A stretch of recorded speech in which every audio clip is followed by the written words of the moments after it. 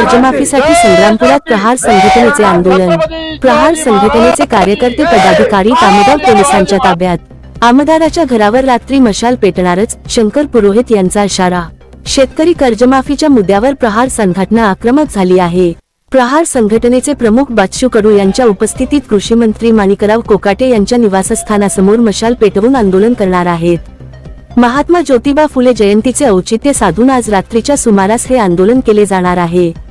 शेतकरी कर्जमाफीच्या मुद्द्यावरून प्रहार संघटनेचे अध्यक्ष बच्चू कडू यांनी प्रहार संघटनेकडून राज्यभर आंदोलन करण्याचा इशारा देण्यात आला आहे।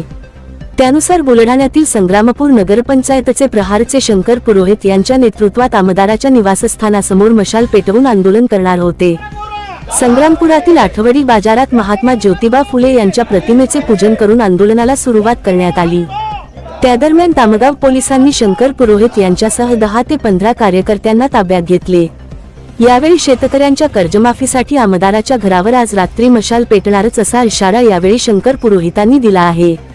तुम्ही मराठी माझा न्यूज पहिल्यांदाच पाहत असाल तर हा व्हिडिओ पाहण्यापूर्वी लगेचच मराठी माझा न्यूज चॅनलला सबस्क्राइब करा आणि त्यानंतर मात्र बेल आयकॉन दाबायला विसरू नका, जेणेकरून आमचे अपडेट लवकरात लवकर तुमच्यापर्यंत पोहोचतील।